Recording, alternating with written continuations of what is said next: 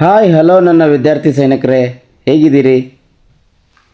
ಎಲ್ರಿಗೂ ಈ ನನ್ನ ಫಿಸಿಕ್ಸ್ ಮೇಡ್ ಈಸಿ ಗುರಿ ನಿಂದು ದಾರಿ ನಂದು ಚಾನಲ್ಗೆ ಮತ್ತೊಮ್ಮೆ ಸ್ವಾಗತ. ನೀವೆಲ್ಲರ ತುಂಬ ಎಕ್ಸೈಟ್ಮೆಂಟ್ ಆಗಿದ್ದೀರಿ. 12th PUC ಪ್ರಾಕ್ಟಿಕಲ್ ಎಕ್ಸಾಮ್ಸ್ಗೆ ಪ್ರಿಪೇರ್ ಆಗ್ತಾ ಇದ್ದೀರಿ ಅಂತ ನನಗೆ ಗೊತ್ತು. ತುಂಬ ನರ್ವಸ್ ಆಗಿದ್ದೀರಿ ಅಂತ ಕೇಳ್ಪಟ್ಟೆ. You need not be nervous, don't get nervous. Sir, practical marks 30 marks ಅಲ್ವಾ ಸರ್? ತುಂಬ ಬಿಗ್ ಪೋರ್ಷನ್ನು. ನಮಗೆ ಟೆನ್ಷನ್ ಆಗ್ತಾ ಇದೆ sir.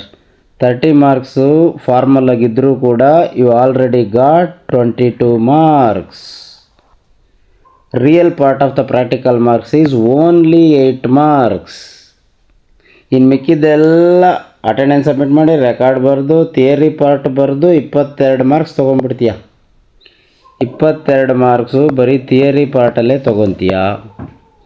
Original part of the experiment is only 8 marks. ನೋಡಪ್ಪ, ಯಾವುದು ಒರಿಜಿನಲ್ ಪಾರ್ಟು? ರೀಡಿಂಗ್ ತೊಗೊಳೋ ಪಾರ್ಟು.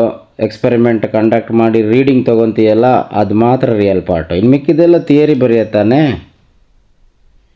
ಕ್ಯಾಲ್ಕುಲೇಷನ್ನು, ಈ reading based calculation. 4 marks reading, 3 marks calculation, ಒಂದು ರಿಸಲ್ಟ್ ವ್ಯಾಲ್ಯೂಸ್ಗೆ, ಇನ್ನೊಂದು ಯೂನಿಟ್ಗೆ. ಯೂನಿಟು ಥಿಯರಿ ಪಾರ್ಟು ಗೊತ್ತೇ ಇರುತ್ತಪ್ಪ.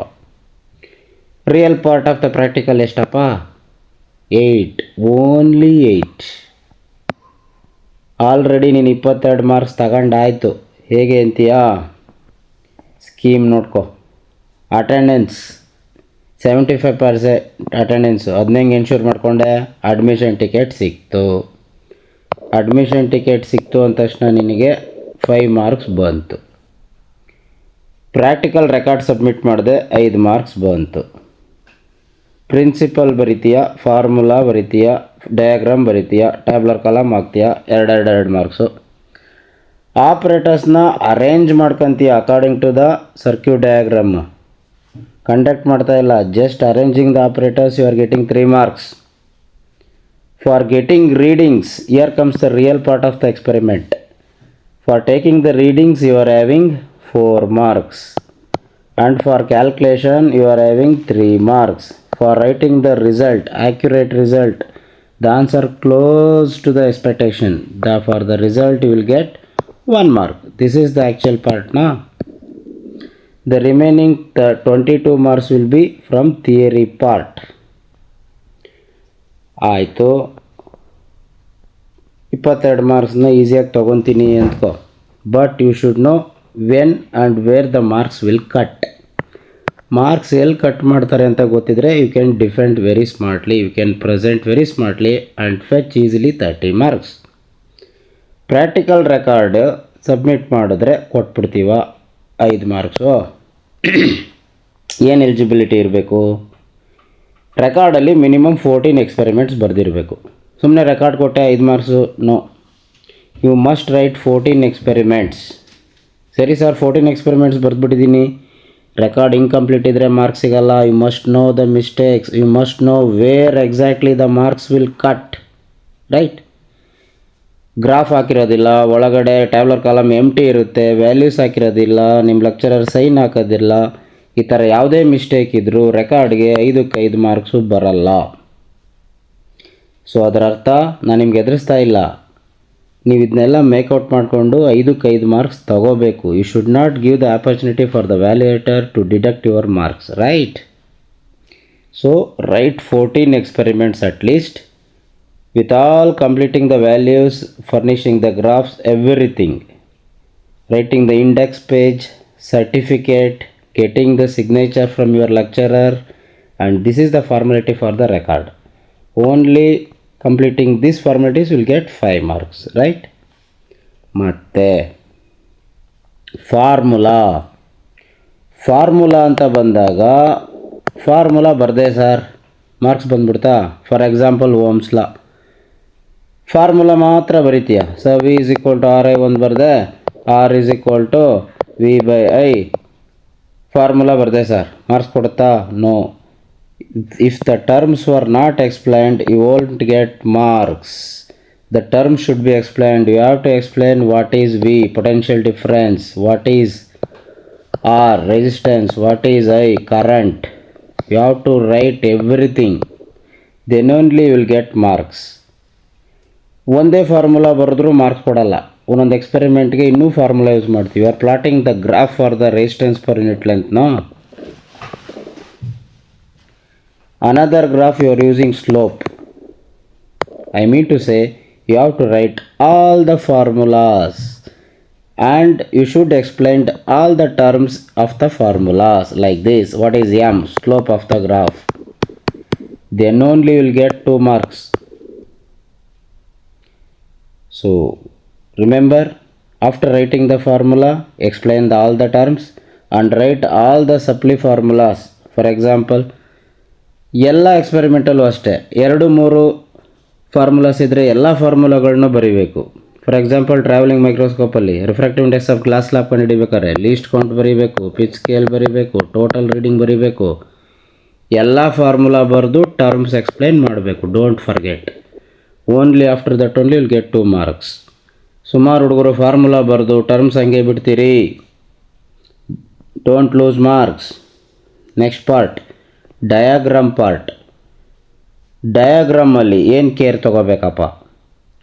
ಪಾರ್ಟ್ಸ್ ಲೇಬಲ್ ಮಾಡಿಲ್ಲ ಅಂದರೆ ಮಾರ್ಕ್ಸ್ ಕೊಡಲ್ಲ. ಮಾರ್ಕ್ಸ್ ಎಲ್ಲಿ ಕಟ್ ಆಗುತ್ತೆ ಅಂತ ನಾನು ಅಟೆನ್ಷನ್ ಡ್ರಾ ಮಾಡ್ತಿದ್ದೀನಿ. You should know that and you should rectify it. Parts ಬರೆದಿರ್ತೀರಿ, ಲೇಬಲ್ಲೇ ಮೆನ್ಷನ್ ಮಾಡಲ್ಲ. ಉದಾಹರಣೆಗೆ ರೆಸಿಸ್ಟೆನ್ಸ್ ಪರ್ ಯೂನಿಟ್ ಅಂತ ಹೇಳ್ತೀನಿ. ಈ ವೈರ್ದು ಆಮೀಟ್ರ್ ಹಾಕಿರ್ತೀರಿ, ಕರೆಂಟ್ ಫ್ಲೋ ಆಗ್ತಿರ್ತದೆ. ವೇರಿ ಮಾಡ್ಕೊಳ್ಳೋಕ್ಕೆ ರಿಯೋಸ್ಟಾಟ್ ಹಾಕಿರ್ತೀರಿ. ಸರ್ಕ್ಯೂಟ್ ಕಂಪ್ಲೀಟ್ ಆಯಿತು. ವೋಲ್ಟೇಜ್ ಮೆಜರ್ ಮಾಡೋಕ್ಕೆ ವೋಲ್ಟ್ ಮೀಟ್ರ್ ಹಾಕಿರ್ತೀರಿ. ಈ ಎಲ್ಲ ಸರ್ಕ್ಯೂಟ್ ಬರೆದಾದ್ಮೇಲೆ you should mention what is what. I mean to say label the parts. R is the resistance, R H is the rheostat, right? BA is the battery. Like this you have to mention each and everything. Then only you will fetch 2 marks. ವ್ಯಾಲ್ಯೂಟರ್ ಹಿಂಗೆ right ಆಗಿ 2 marks ಹಾಕಿ ಮುಂದಕ್ಕೆ ಹೋಗ್ತಾ ಇರಬೇಕು ಅಂದರೆ ಈ ಕೆಲಸ ಆಗಿರಬೇಕು. ನಿಮ್ಮ ಖುಷಿಯಾಗಿ ಡಯಾಗ್ರಾಮ್ ತುಂಬ ನೀಟಾಗಿ ಬರದೆ ಸರ್, ಟರ್ಮ್ಸೇ ಎಕ್ಸ್ಪ್ಲೇನ್ ಮಾಡಿರಲ್ಲ, marks cut. Are you getting me? Right. Next portion, tabular column. ನೋಡಿ, ಡಯಾಗ್ರಾಮಲ್ಲಿ ಡಮ್ಮಿ ಗ್ರಾಫ್ ಏನಾದರೂ ಹಾಕಲಿಲ್ಲ ಅಂದರೆ ಫಾರ್ ಎಕ್ಸಾಂಪಲ್, ಈಗ ಸೆಮಿಕಂಡಕ್ಟರ್ ಡಯೋಡ್ಗೆ IV ಗ್ರಾಫ್ ಹಾಕಿರಬೇಕು. ರಿಯಲ್ ಗ್ರಾಫ್ ಹಾಕ್ತೀಯಾ? ಡಯಾಗ್ರಾಮ್ ಜೊತೆಗೆ ಇದಕ್ಕೆ ಫಾರ್ಮುಲಾ ಇಲ್ಲ, ಇದಕ್ಕೆ ಗ್ರಾಫ್ ಹಾಕಿರಬೇಕು. ಅದೇ ಥರ UV ಆಗಿರಲಿ, ಕಾನ್ವೆಕ್ಸ್ ಲೆನ್ಸ್ ಡ್ರಾ ಮಾಡ್ತಿರಲ್ಲಪ್ಪ, ಅದಕ್ಕೆ ಡಮ್ಮಿ ಗ್ರಾಫ್, ಆಮೇಲೆ ಒರಿಜಿನಲ್ ಗ್ರಾಫ್. ಸೊ ಡಯಾಗ್ರಾಮ್ ಅಂತ ಹೇಳಿದ್ರೆ ಸರ್ಕ್ಯೂಟ್ ಡಯಾಗ್ರಾಮ್ ಇರಬೇಕು. It should contain graph if any. It should contain graph if any. Then only 2 marks. Remember. Then next item is your tabular column. Sir, tabular column ಬರ್ದಿದ್ದೀನಿ sir, neatly tabular column drawn sir. Marks ಕೊಟ್ಬಿಡ್ತೀವಾ? First ಎಕ್ಸ್ಪೆರಿಮೆಂಟಲ್ಲಿ explain ಮಾಡ್ತೀನಿ. Trial number ಬರೆದಿರ್ತೀಯ, voltage fix ಮಾಡಿರ್ತೀಯ, current fix ಮಾಡ್ಕೊತೀಯ, resistance measure ಮಾಡ್ಕೊತೀಯ. Okay, ಇಷ್ಟು ಬರೆದ್ರೆ ಮಾರ್ಕ್ಸ್ ಕೊಡ್ತೀವಾ? Quantity should be in words and unit should be with symbols. For example, what is V? Potential difference you have to write in word, and it is measured in volt. You have to mention. I is the current, you write in word, and current in what? Ampere. Mention along with symbol. Then only you will get 2 marks. Simply tabular ಕಾಲಮ್ಗಳು ಹಾಕ್ಬಿಟ್ರೆ marks ಕೊಡಲ್ಲ. ಕ್ವಾಂಟಿಟೀಸ್ನ ಸಿಂಬಲಲ್ಲಿ ಬರೆದಿರಬೇಕು, ಯೂನಿಟ್ನ ಸಿಂಬಲಲ್ಲಿ express ಮಾಡಿರಬೇಕು.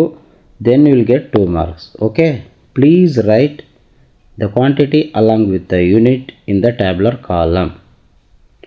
Otherwise the marks will be get deducted. Next part of the experiment, performance. ನೋಡಿ, ಇಷ್ಟೊತ್ತು ಹೇಳಿದ್ನಲ್ಲ, ಈ 4 ಹಂತಗಳು ಯಾವುದ್ಯಾವುದು? ಫಾರ್ಮುಲಾ, ಡಯಾಗ್ರಾಮು, ಪ್ರಿನ್ಸಿಪಲ್ ಡೈರೆಕ್ಟ್ ಬರೀತೀರಿ, ಹಾಗಾಗಿ ಇಲ್ಲಿ ಮೆನ್ಷನ್ ಮಾಡಿಲ್ಲ. ಪ್ರಿನ್ಸಿಪಲಲ್ಲಿ ಏನು ತಪ್ಪಾಗಲಿಕ್ಕಿಲ್ಲ. ಏನು ಕಾನ್ಸೆಪ್ಟ್ ಪ್ರಿನ್ಸಿಪಲ್ ಇತ್ತೋ ಅದು ಬರೆದು ಬಿಡ್ತೀಯ. ಈ 4 ಐಟಮ್ಸ್ ಬರೆದಾದ್ಮೇಲೆ ಸಿಗ್ನೇಚರ್ ತೊಗೋಬೇಕು. ಅದೆಲ್ಲ ಪ್ರೊಸೀಜರ್ಸ್ ಹೇಳ್ಕೊಟ್ಟಿದ್ದಾರಲ್ವ. ಲಾಸ್ಟಿಗೆ ಮತ್ತೆ ಸಮ್ ಅಪ್ ಮಾಡ್ತೀವಿ. Next part of the experiment, performing and arranging the apparatus. ಚಿತ್ರದಲ್ಲಿರುವಂತೆ ಆಪ್ರೇಟರ್ಸ್ಗಳನ್ನು ಜೋಡಿಸ್ಬಿಡೋದಷ್ಟೇ. ಬ್ಯಾಟ್ರಿಯಲ್ಲಿರಬೇಕು, ಆಮೀಟ್ರಲ್ಲಿರಬೇಕು, ರಿಯೋಸ್ಟಾಟ್ ಎಲ್ಲಿರಬೇಕು, ಸ್ವಿಚ್ ಎಲ್ಲಿರಬೇಕು, ಚಿತ್ರದಲ್ಲಿರುವಂತೆ ಡಯಾಗ್ರಾಮ್ನ ಜೋಡಿಸಿ ಬಿಟ್ಟರೆ arranging the apparatus will get 3 marks. Arranging the apparatus 3 marks. Next reading. ಇದೇ ಎಕ್ಸ್ಪೆರಿಮೆಂಟಲ್ಲಿ ಹೇಳೋದಾದರೆ, ರಿಯೋಸ್ಟಾಟ್ನ ವೇರಿ ಮಾಡಿ ವೋಲ್ಟೇಜ್ ಫಿಕ್ಸ್ ಮಾಡ್ತೀಯಾ, 0.2 ವೋಲ್ಟ್ಗೆ ಕರೆಂಟ್ ಎಷ್ಟೋ ಬಂದಿರುತ್ತೆ, 0.2 ಆಂಪಿಯರ್ ಎಕ್ಸಾಂಪಲ್. 0.3 ವೋಲ್ಟ್ಗೆ 0.3 ಬಂದಿರ್ಬೋದು, 0.4 ಬಂದಿರ್ಬೋದು, 0.4ಗೆ 0.4, 0.5ಗೆ 0.6, what ever may be the values. You are varying the rheostat each time and you are getting the I values. For this part, for taking the reading part, you will get 4 marks. Next, calculation part, very important part. ತುಂಬ ಇಲ್ಲಿ mistakes ಮಾಡ್ತೀರಿ. ಡೈರೆಕ್ಟಾಗಿ ಕ್ಯಾಲ್ಕುಲೇಟ್ರಲ್ಲಿ ವ್ಯಾಲ್ಯೂಸ್ನ ಬರೆದುಬಿಟ್ಟು ಇಲ್ಲಿ submit ಮಾಡಿಬಿಡ್ತೀರಿ. Last column answer ಡೈರೆಕ್ಟಾಗಿ ಬರೆದುಬಿಡ್ತೀರಿ. ಈ ಲಾಸ್ಟ್ ಕಾಲಮ್ ಆನ್ಸರು ಅವರೇಜ್ ಕಂಡುಹಿಡಿದಾದ್ಮೇಲೆ, ಫಾರ್ ಎಕ್ಸಾಂಪಲ್ ರೆಸಿಸ್ಟಿವಿಟಿ ಕಂಡುಹಿಡಿದ್ರೆ, ರೆಸಿಸ್ಟಿವಿಟಿಗೆ ಫಾರ್ಮುಲಾ ಏನಿರುತ್ತೆ, rho is equal to R by R square by L ಮಾಡ್ತಿರ್ತೀರಲ್ಲ. ಯಾರು ಅವರೇಜ್ ಕಂಡುಹಿಡ್ಕೊಂಡಿರ್ತೀರ, ಈ ಕ್ಯಾಲ್ಕುಲೇಷನ್ ಪಾರ್ಟ್ನ ಸಪ್ರೇಟ್ ಹೆಡ್ಡಿಂಗಲ್ಲಿ ಎಕ್ಸ್ಪ್ರೆಸ್ ಮಾಡಬೇಕು, ಸಪ್ರೇಟ್ ಬರೀಬೇಕು. ನೀವು ಕ್ಯಾಲ್ಕುಲೇಟ್ರಲ್ಲಿ ಇಲ್ಲಿ ಬರೆದ್ಬಿಟ್ಟು ಡೈರೆಕ್ಟಾಗಿ ಆನ್ಸರ್ ಇಟ್ಟರೆ ಆಗಲ್ಲ. ಇಲ್ಲಿ ವ್ಯಾಲ್ಯೂ ಸಬ್ಮಿಟ್ ಮಾಡಬೇಕು. ಇಲ್ಲಿ ಅವರೇಜ್ ಬರೆದಿರ್ತೀರಿ 3.14 ಪೈ ವ್ಯಾಲ್ಯೂ, ಆರ್ ವ್ಯಾಲ್ಯೂ ಎಷ್ಟೋ ಕೊಟ್ಟಿರ್ತಾರೆ 3 mm, 3 × 10 ಎಷ್ಟೋ ಕೊಟ್ಟಿರ್ತಾರೆ, 0.3 mm ಎಷ್ಟು ಕೊಟ್ಟಿರ್ತಾರೆ ಅಷ್ಟು. ಅದನ್ನು ಮೀಟ್ರಲ್ಲಿ ಕನ್ವರ್ಟ್ ಮಾಡಬೇಕು, ವೆರಿ ಇಂಪಾರ್ಟೆಂಟ್. ಮೀಟ್ರಲ್ಲಿ ಕನ್ವರ್ಟ್ ಮಾಡಬೇಕು, ಸಿಂಪ್ಲಿಫೈ ಮಾಡಬೇಕು. ಈ ಕ್ಯಾಲ್ಕುಲೇಷನ್ ಸಬ್ಸ್ಟಿಟ್ಯೂಷನ್ ಆ್ಯಂಡ್ ಸಿಂಪ್ಲಿಫಿಕೇಷನ್, ಸಿಂಪ್ಲಿಸೆ substitution plus simplification. You have to show in the calculation heading. This part contains 3 marks. Calculation part not shown in separately ಆಗಿದ್ರೆ ಮಾರ್ಕ್ಸ್ ಕಟ್ ಆಗುತ್ತೆ. ನಾನು mistakes ಎಲ್ಲೆಲ್ಲಾಗುತ್ತೆ, marks ಎಲ್ಲೆಲ್ಲಿ cut ಆಗುತ್ತೆ ಅಂತ ಹೇಳ್ತಾ ಇದ್ದೀನಿ. ಸೊ ಕ್ಯಾಲ್ಕುಲೇಷನ್ ಪಾರ್ಟ್ನ ಸಪ್ರೇಟಾಗಿ ತೋರಿಸಿ, ಪ್ರತಿ ಟ್ರಯಲ್ದು ಫಾರ್ಮುಲಾನ ಬರೆದು ಅದನ್ನು ಪ್ರತಿ ಟ್ರಯಲ್ನ ಈ ಥರ ಎಕ್ಸ್ಪ್ರೆಸ್ ಮಾಡಿ. Right. Next part is the last part of the experiment, result ಬರೆದ್ಬಿಡ್ತೀರಿ, ಯೂನಿಟ್ ಬರೆದಿರೋದಿಲ್ಲ. ರಿಸಲ್ಟ್ ಪಾರ್ಟ್ ಹೆಂಗೆ ಡಿವೈಡ್ ಆಗುತ್ತೆ, ಕರೆಕ್ಟ್ ಆನ್ಸರ್ಗೆ 1. ಫಾರ್ ಎಕ್ಸಾಂಪಲ್ ಫೋಕಲ್ ಲೆಂತ್ ಕಂಡುಹಿಡ್ತಿರ್ತೀರಿ. ಫೋಕಲ್ ಲೆಂತ್ ಎಷ್ಟು ಬರಬೇಕು, ಎಷ್ಟೋ 15 ಸೆಂಟಿಮೀಟ್ರದೋ 20 ಸೆಂಟಿಮೀಟ್ರದೋ ಬಂದಿರುತ್ತೆ, 20 cm. ಅದನ್ನು SI ಸಿಸ್ಟಮಲ್ಲಿ ಮೆನ್ಷನ್ ಮಾಡಬೇಕು, ಯೂನಿಟ್ ಬರೆದಿರಬೇಕು. ನೋಡಿ, ಇದು ಕರೆಕ್ಟ್ ಆನ್ಸರ್ಗೆ 1 ಮಾರ್ಕ್ಸು, ಯೂನಿಟ್ಗೆ 1 ಮಾರ್ಕ್ಸು, 1 + 1 2 ಮಾರ್ಕ್ಸ್. ನೀವು ಯೂನಿಟ್ ಮಿಸ್ ಮಾಡಿದ್ರೆ ಹೋಯ್ತು, ಆನ್ಸರು ಕ್ಲೋಸ್ ಆನ್ಸರ್ ಇಲ್ದಲೇ ಇದ್ದರೂ 1 ಮಾರ್ಕ್ಸ್ ಕಟ್ಟಾಯಿತು. ಎಲ್ಲಿ ಮಾರ್ಕ್ಸ್ ಕಟ್ಟಾಗುತ್ತೆ ಅಂತ ತಿಳ್ಕೊಳ್ಳಿ, ಕೇರಾಗಿರಿ, ಎಚ್ಚೆತ್ಕೊಂಡು ಅದನ್ನು ಆ ಪಾರ್ಟ್ನ ಫರ್ನಿಷ್ ಮಾಡಿ. ಓಕೆ. ನೆಕ್ಸ್ಟ್ ವೆರಿ ಇಂಪಾರ್ಟೆಂಟ್, ಇದೆಲ್ಲ ಫಾರ್ಮಲ್ ಪ್ರೊಸೀಜರ್ ಆಯಿತು. Factors which can impact on your mark. Very important tips. You can get excuses for your mistakes. First impression is the best impression. ನೋಡಿ, ಇದು ಅಫಿಷಿಯಲ್ಲಾಗೆ ಮಾರ್ಕ್ಸ್ ಅಲಾಟ್ ಆಗದಲ್ಲೇ ಇದ್ದರೂ you can influence on your valuator by attention their draws. ಒಬಿಡಿಯೆಂಟಾಗಿರಬೇಕಾಗತ್ತೆ, ಡಿಸಿಪ್ಲಿನಾಗಿರಬೇಕಾಗತ್ತೆ. Discipline ಅಂದ್ರೇನು, ಅಕ್ಕಪಕ್ಕದವ್ರ ಜೊತೆ ಡಿಸ್ಕಸ್ ಮಾಡಬಾರ್ದು, ಸ್ಟೇಷ್ನರಿಗಳನ್ನು ಎಕ್ಸ್ಚೇಂಜ್ ಮಾಡಬಾರ್ದು, ರೂಡಾಗಿ ಬಿಹೇವ್ ಮಾಡಬಾರ್ದು. ಈ ಎಲ್ಲ ಡಿಸಿಪ್ಲಿನಾಗಿದ್ದರೆ ನೀನು ಅಲ್ಪ ಸ್ವಲ್ಪ ಎಲ್ಲಾದರೂ ತಪ್ಪು ಮಾಡಿದ್ರು will get excuses. That is an informal one. And you should be honest. Don't write values in advance. ನಿಮ್ಮ ಪ್ರಾಕ್ಟೀಸಲ್ಲಿ ಗಟ್ ಮಾಡಿರೋ ವ್ಯಾಲ್ಯೂಸ್ನ ಅಡ್ವಾನ್ಸಲ್ಲಿ ಬರೆದ್ಬಿಡೋದು, ಅವ್ರಿಗೆ ರೀಡಿಂಗ್ ತೋರಿಸ್ತಲ್ಲೇ ಹೈಡ್ ಮಾಡೋದು, ಪಕ್ಕದಲ್ಲಿ ಕಾಪಿ ಹೊಡೆಯೋದು, ಇವೇನಾದರೂ ವ್ಯಾಲ್ಯೂಯೇಟ್ರಿಗೆ ಕಾಟ್ ಆದರೆ ನೀನೆಲ್ಲ ಕರೆಕ್ಟಾಗಿ ಮಾಡಿದರೂ ಕೂಡ ನಿನ್ನ ಮೇಲೆ ನೆಗೆಟಿವ್ ಇಂಪ್ಯಾಕ್ಟ್ ಬಂದು ಮಾರ್ಕ್ಸ್ ಕಟ್ಟಾಗೋ ಚಾನ್ಸ್ ಇರುತ್ತೆ. ಬಾಡಿ ಲ್ಯಾಂಗ್ವೇಜ್ ಕೂಡ ಮ್ಯಾಟ್ರ್ ಆಗುತ್ತೆ. ನೀನು ಹೇಗೆ ನಡ್ಕೊತೀಯ, ಅವ್ರಿಗೆ ಹೇಗೆ ವಿಶ್ ಮಾಡ್ತೀಯ, ಬಂದ ತಕ್ಷಣ ಗುಡ್ ಮಾರ್ನಿಂಗ್, ಗುಡ್ ಆಫ್ಟರ್ನೂನ್, ನಿನ್ನ ಬ್ಯಾಚ್ ಟೈಮಿಂಗ್ಸ್ ಪ್ರಕಾರ ನೀನು ರೆಸ್ಪಾನ್ಸ್ ಮಾಡೋದು, ನೀನು ರಿಕ್ವೆಸ್ಟ್ ಮಾಡೋದು, ಏನೋ ರೀಡಿಂಗ್ ಬರ್ತಾ ಇರಲಿಲ್ಲ ಅಥವಾ ಫಸ್ಟ್ ರೀಡಿಂಗ್ ತೋರಿಸ್ಬೇಕಾಗುತ್ತೆ. ಯಾವುದೇ ಕಮ್ಯುನಿಕೇಷನಲ್ಲಿ ನಿನ್ನ ಪೇಷನ್ಸು, ನಿನ್ನ ಬಾಡಿ ಲ್ಯಾಂಗ್ವೇಜು, ನಿನ್ನ ಆಟಿಟ್ಯೂಡು ಎಲ್ಲ ಇಂಪ್ಯಾಕ್ಟ್ ಮಾಡ್ತಾ ಇರುತ್ತೆ ವ್ಯಾಲೆಟ್ರ್ ಮೇಲೆ. You should be very patient. 2 hour exam ಇರುತ್ತೆ, ಅರ್ಧ ಅವರ್ ರೀಡಿಂಗ್ ಆಗ್ಬೋದು, ಅಲ್ಲಿ ಬ್ಯಾಟ್ರಿ ಬರ್ತಾ ಇಲ್ವೋ, ಏನೋ ಆಪ್ರೇಟರ್ಸ್ ಮಿಸ್ಟೇಕೋ, ಏನೇ ಆಗಿದ್ರೂ you should be very patient throughout the examination time. ಆದರೂ ಫಾರ್ಮಲ್ಲಾಗೆ ಎಕ್ಸಾಮ್ಸು ಹೆಂಗಪ್ಪ ನಡೆಯುತ್ತೆ ಅಂತ ಹೇಳಿದ್ರೆ, ಇಷ್ಟೊತ್ತು ನೀವು ಕಲ್ತ್ಕೊಂಡ್ರಿ, ಮಾರ್ಕ್ಸ್ ಎಲ್ಲೆಲ್ಲಿ ಕಟ್ಟಾಗುತ್ತೆ, ಯಾವ್ಯಾವ ಪಾರ್ಟ್ನ ಫರ್ನಿಷ್ ಮಾಡಬೇಕು ಎಲ್ಲ ಕಲ್ತ್ಕೊಂಡ್ರಿ.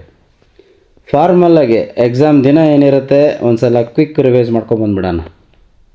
On the day of examination usually 12 ಜನಕ್ಕೆ ಒಂದು ಬ್ಯಾಚ್ ಇರುತ್ತೆ, ನಿಮ್ಗೆ ಆಲ್ರೆಡಿ ಗೊತ್ತು. ನಿಮ್ಮನ್ನ ಬ್ಯಾಚ್ ನಂಬರ್ ತಿಳ್ಕೊಳ್ಳಿ, ಬ್ಯಾಚ್ ಟೈಮಿಂಗ್ಸ್ ತಿಳ್ಕೊಳ್ಳಿ, ಬ್ಯಾಚ್ ಯಾವ ಡೇಟು, ಯಾವ ಸಬ್ಜೆಕ್ಟು, ಯಾವ ಟೈಮಿಂಗ್ಸು ತಿಳ್ಕೊಂಡು ಹಾಫ್ ಆನ್ ಅವರ್ ಮುಂಚೆ ಅಟ್ಲೀಸ್ಟ್ ನಿಮ್ಮ ಎಕ್ಸಾಮ್ ಸೆಂಟ್ರನ್ನ ರೀಚ್ ಆಗಿ. ಎಕ್ಸಾಮ್ ಸೆಂಟ್ರ್ ರೀಚ್ ಆದಮೇಲೆ ನಿಮ್ಮ ಪ್ರಾಕ್ಟಿಕಲ್ ರೆಕಾರ್ಡ್ ಇದೆಯಾ ಎನ್ಶೂರ್ ಮಾಡ್ಕೊಳ್ಳಿ. ನೀಟಾಗಿ ಬೈಂಡ್ ಮಾಡಿಕ್ಕಿರಿ. ಏನು ಹಿಂಗೆ ಬೈಂಡಿಂಗ್ ಎಲ್ಲ ಹೇಳ್ತಾರಲ್ಲ, ಹೌದು, ಸಮ್ಟೈಮ್ಸ್ ಹೇಳಿದ್ನಲ್ಲ, ಇನ್ಫಾರ್ಮಲಾಗೆ ನೀನೆಲ್ಲ ಆಟಿಟ್ಯೂಡ್ಸು, ಪ್ರೆಸೆಂಟೇಷನ್ನು, ವ್ಯಾಲ್ಯೂಷನ್ ಮೇಲೆ ಇಂಪ್ಯಾಕ್ಟ್ ಮಾಡುತ್ತೆ.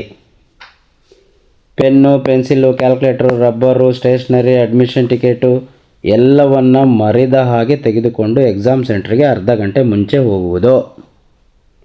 B 1 hour early, at least half an hour, 1 hour ಅಂತ ಅಂದೆ, ಹಾಫ್ ಆನ್ ಅವರ್ ಅರ್ಲಿ ಹೋಗಿ ಅಟ್ಲೀಸ್ಟ್.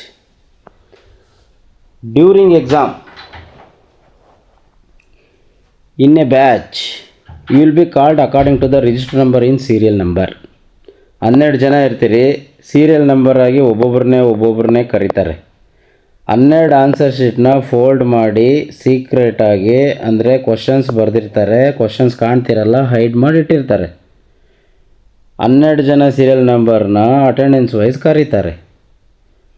12 ಜನ ಬಂದಾದಮೇಲೆ you should choose any one experiment randomly on lottery basis.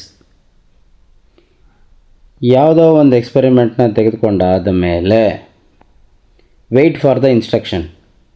ನಿಮ್ಮ ಇಂಟರ್ನಲ್ ಅಥವಾ ಎಕ್ಸ್ಟರ್ನಲ್ ವ್ಯಾಲ್ಯೂಟರ್ ಹೇಳ್ತಾರೆ, ನೀವು ರಿಜಿಸ್ಟರ್ ನಂಬರ್ ಬರೀಬೇಕಾಗುತ್ತೆ, ಆನ್ಸರ್ ಶೀಟ್ ಮೇಲೆ ಡೇಟ್ ಹಾಕಬೇಕಾಗುತ್ತೆ, ಸಬ್ಜೆಕ್ಟ್ ಹಾಕಬೇಕಾಗುತ್ತೆ, ಸಬ್ಜೆಕ್ಟ್ ಕೋಡ್ ಫಿಸಿಕ್ಸ್ 33 ಅಂತ ಕೋಡ್ ಬರೀಬೇಕಾಗುತ್ತೆ. ಅದನ್ನೆಲ್ಲ ಅವ್ರು ಬರೆಸ್ತಾರೆ, ನಥಿಂಗ್ ಟು ವರಿ. ಈ ಎಲ್ಲ ಇನ್ಸ್ಟ್ರಕ್ಷನ್ನ ಕೊಟ್ಟಾದ ಮೇಲೆ now you can start the theory part experiment ಅಂತ ಹೇಳ್ತಾರೆ.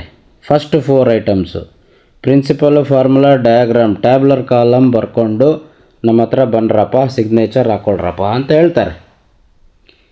ನೀನು ಈ ಫಸ್ಟ್ 4 ಐಟಮ್ಸ್ನ ಬರೆದು ಏಮು, ಪ್ರೊಸೀಜರು, ಆಪ್ರೇಟರ್ಸು ಅವೆಲ್ಲ ಬರೆಯೋವಾಗಿಲ್ಲ. Principle, formula, diagram, empty tabular column with units ಬರೆದ್ಬಿಟ್ಟು get the signature by internal or external. Then after getting the signature you can start the experiment. Arrange the operators according to the circuit diagram. Take one reading. One reading ತಗೊಂಡ ತಕ್ಷಣ ನೀನು ವ್ಯಾಲ್ಯೂಟರ್ನ request ಮಾಡು, sir 1 reading is done ಅಂತ. ಅವರು ಬಂದು ನಿನ್ನ ಕೇಳ್ಬೋದು, 1 reading ತೋರ್ಸಪ್ಪ, ಹೆಂಗೆ ತೊಗೊಂಡೆ ರೀಡಿಂಗು ಅಂತ. ಕೇಳ್ದಲ್ಲೇ ಇರ್ಬೋದು, ಪ್ರೊಸೀಡ್ ಅನ್ಬೋದು. ಆದರೆ ಫಸ್ಟ್ ರೀಡಿಂಗ್ ತೊಗೊಂಡಾದ್ಮೇಲೆ ನೀನು ಅವ್ರ ಗಮನಕ್ಕೆ ತಂದು ಅವ್ರ ಹತ್ರ ಸಿಗ್ನೇಚರ್ ತೊಗೊಂಡು ಅಥವಾ ಪರ್ಮಿಷನ್ ತೊಗೊಂಡು ಅದರ್ ರೀಡಿಂಗ್ಸ್ಗೆ ಕಂಟಿನ್ಯೂ ಆಗಬಹುದು. ನೆಕ್ಸ್ಟ್ ಎಲ್ಲ ರೀಡಿಂಗ್ ಸಿಕ್ಕಾದ್ಮೇಲೆ ಕ್ಯಾಲ್ಕುಲೇಟ್ ಮಾಡು, ರಿಸಲ್ಟ್ ಬರೀ, ಮುಗೀತು ನಿಂದು experiment part. Before submitting ensure all the parameters, very important. ಏನು ಎಲ್ಲ ಆಲ್ ದ ಪ್ಯಾರಾಮೀಟರ್ಸ್ ಅಂದರೆ ಪ್ರಿನ್ಸಿಪಲ್ ಬರೆದಿದೆಯಾ, ಫಾರ್ಮುಲಾ ಬರೆದಿದೆಯಾ, ಎಲ್ಲ ಟರ್ಮ್ಸ್ ಫರ್ನಿಷ್ ಆಗಿದೆಯಾ, ಡಯಾಗ್ರಾಮ್ ಪಾರ್ಟ್ಸ್ ಎಲ್ಲ ಲೇಬಲ್ ಮಾಡಿದ್ದೀನಾ, ಗ್ರಾಫ್ ಹಾಕಿದ್ದೀನಾ, ಗ್ರಾಫಲ್ಲಿ ಸ್ಕೇಲ್ ಹಾಕಿದ್ದೀನಾ, ಎಲ್ಲ ಗ್ರಾಫ್ಗಳಲ್ಲೂ ಸ್ಕೇಲ್ ಬರೀಬೇಕು ಮರಿದ ಹಾಗೆ. ವೈ ಆ್ಯಕ್ಸಿಸಲ್ಲಿ, ಎಕ್ಸ್ ಆ್ಯಕ್ಸಿಸಲ್ಲಿ ಏನು ಪ್ಯಾರಾಮೀಟ್ರ್ ತೊಗೊಂಡಿದೆಯಾ, 1 ಯೂನಿಟ್ಗೆ ಎಷ್ಟು ವೋಲ್ಟ್ ತೊಗೊಂಡಿದೆಯಾ, ಎಕ್ಸ್ ಆ್ಯಕ್ಸಿಸಲ್ಲಿ ಏನು ತೊಗೊಂಡಿದೆಯಾ, ವೈ ಆ್ಯಕ್ಸಿಸಲ್ಲಿ 1 ಯೂನಿಟ್ಗೆ ಏನು ತೊಗೊಂಡಿದೆಯಾ. You should mention the scale, otherwise 1 marks will be get deducted. You should write the parameter as well as the unit. Right? Before submitting the final submission, you should ensure all these things. Where the marks will cut ಅಂತ ಹೇಳಿ explain ಮಾಡಿದ್ನಲ್ಲ, ಆ ಎಲ್ಲ parts fulfil ಆಗಿದೆಯಾ ಅಂತ ಒಂದ್ಸಲ ensure ಮಾಡಿಕೊಂಡು final submit ಮಾಡಿ. Say thank you and come with a smile, happy smile. Need not to get nervous, you will get 30 out of 30. Okay dear students, I hope you understood where the marks will cut. Marks cut ಮಾಡೋಕ್ಕೆ ನೀವು ವ್ಯಾಲೇಟ್ರಿಗೆ ಅವಕಾಶ ಕೊಡಲ್ಲ. ಯಾಕೆ ಅಂದರೆ ನನ್ನ class ಕೇಳಿದ್ದೀರಿ, ಎಲ್ಲ ಪಾರ್ಟ್ನು ಫರ್ನಿಷ್ ಮಾಡ್ತೀರಿ ಅಂತ ಭಾವಿಸ್ತಾ ಎಲ್ರಿಗೂ ಸೆಕೆಂಡ್ PUC ಪ್ರಾಕ್ಟಿಕಲ್ಗೆ ಬೆಸ್ಟ್ ಆಫ್ ಲಕ್ ಹೇಳ್ತಿದ್ದೀನಿ. Do well. I wish you all the best. Good luck my dear soldiers.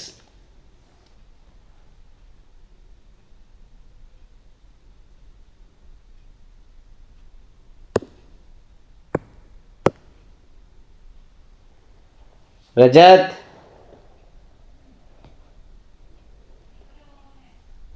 ಇದು ಹೆಂಗೆ ಆಫ್ ಮಾಡ್ಬಾ?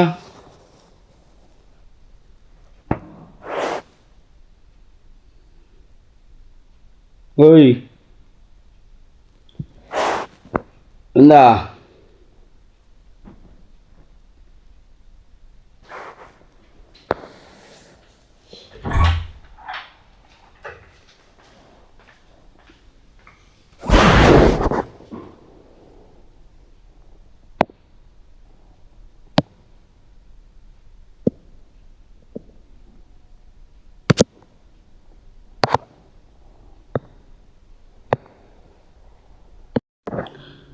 ಪ್ರೀತಿಯ ವಿದ್ಯಾರ್ಥಿಗಳೇ, ಪ್ರಾಕ್ಟಿಕಲ್ ಎಕ್ಸಾಮ್ ಪ್ರಿಪೇರ್ ಆಗೋ ಬರದಲ್ಲಿ 3-4-5 ಡೇಸಿಂದ ಥಿಯರಿ ಓದೋದನ್ನ ಮರಿಬೇಡಿ. ಪ್ಯಾರಲಲ್ಲಾಗಿ ಥಿಯರಿ ಪ್ರಿಪ್ರೇಷನ್ ಕೂಡ ನಡೀತಾ ಇರಲಿ. Don't forget theory preparation. ಪ್ರಾಕ್ಟಿಕಲ್ಗೋಸ್ಕರ ಬರೀ ಅದರಲ್ಲೇ ಬ್ಯುಸಿಯಾಗಿರಬೇಡಿ. ಪ್ರಾಕ್ಟಿಕಲ್ಗೆ 1 hour ಟೈಮ್ ಮ್ಯಾಕ್ಸಿಮಮ್ ಕೊಡಿ. ಇನ್ನು ಮಿಕ್ಕಿದ್ನ ಥಿಯರಿ ಪಾರ್ಟ್ನ ಓದ್ತಾ ಇರಿ ಅಂತ ಹೇಳ್ತಾ, ಈ ನನ್ನ ಚಾನಲ್ನ ಮರಿದಲ್ಲೇ ಸಬ್ಸ್ಕ್ರೈಬ್ ಮಾಡಿ, ಲೈಕ್ ಮಾಡಿ, ಶೇರ್ ಮಾಡಿ. ಭಾಳಷ್ಟು ವಿದ್ಯಾರ್ಥಿಗಳಿಗೆ ಅನುಕೂಲ ಆಗಲಿ ಅನ್ನೋದೇ ನನ್ನ ಆಸೆ. Please subscribe, like and share to your friends. Thank you.